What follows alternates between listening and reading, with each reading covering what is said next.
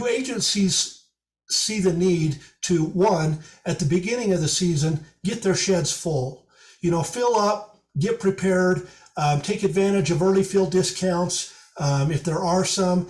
Really invest in that inventory up front, and then at the end of the season and winding down, is it prudent to try to get your sheds as empty as you can and bring those tank levels down and shed levels down to as low as level as possible without taking any risk or not having enough product to take care of a storm that comes in late in the year or something? Well, personally, I think it's really important to be proactive and, as you're going into winter, get those sheds filled up as soon as you can. There's a lot of competition out there, competition for trucks. And, that's one of the things, again, the pandemic, you talked about the agencies having staffing shortages. A lot of freight companies, trucking companies are having, they're having a hard time hiring people. So if you wait to the last second, and all of a sudden the snowflakes are starting to come down, and, we at Envirotech Services, we experience this, is you get this mad rush of phone calls and everybody wants their material delivered tomorrow.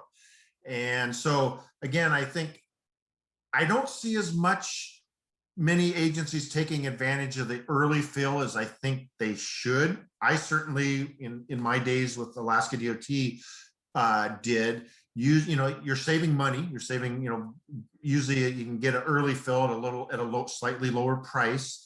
You eliminate having the competition. You can go into winter pretty comfortable. Your shed's full. I'm ready. Bring those snowflakes on. And then, again, I like to keep the shed. In Alaska, it was a little bit challenging just because everything came up by barge. But I think there's an advantage to trying to keep the shed as full as you can. Again, you never know. There's late season storms can come in.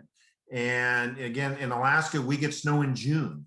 And so, if you think you're past the last snowfall and it's time to empty the shed out, a week or 2 weeks later, Mother Nature's going to throw a curveball and it's going to be snowing, and you look in your shed and it's empty. So again, I think there's a real advantage because winter is so uncertain that, keep the sheds full in my mind.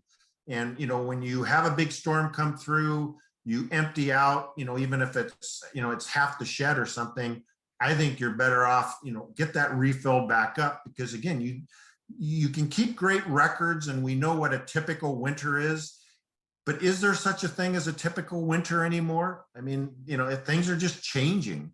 And so we got to be prepared literally 12 months of the year, I think. So